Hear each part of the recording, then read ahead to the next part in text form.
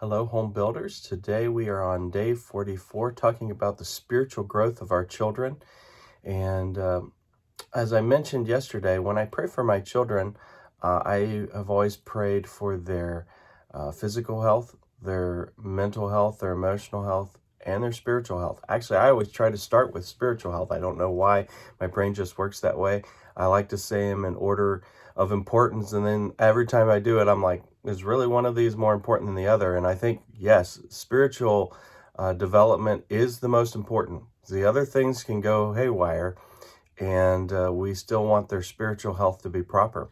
We read in Philippians chapter 1, verses 9 and 11, "In this I pray that your love may abound yet more and more in knowledge and in all judgment, that you may approve things that are excellent, that you may be sincere without offense till the day of Christ, being filled with the fruits of righteousness, which are by Jesus Christ, unto the glory and praise of God."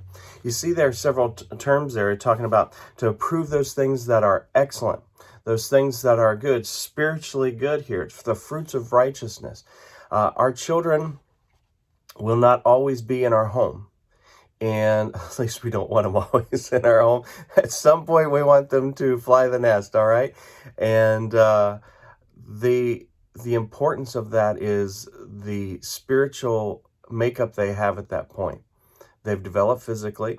Hopefully, they've developed mentally through schooling and the helping that's given there.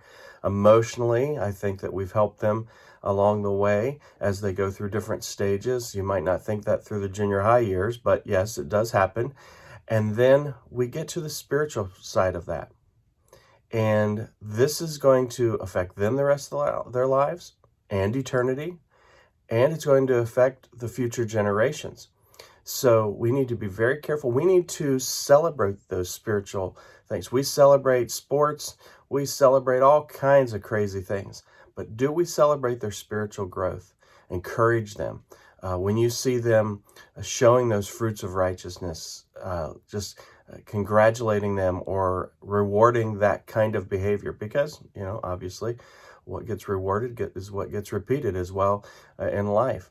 And we want that to become more than habit. We want that to become who they are, become part of their spiritual DNA of how they're going to live their life, serving the Lord because they desire to do so. Not because mom and dad, but because they have a relationship with their God, and they're growing in that. So I encourage you to do that. Today's principle: do everything you can to encourage your children to develop their spiritual lives and grow in grace. I say amen to that.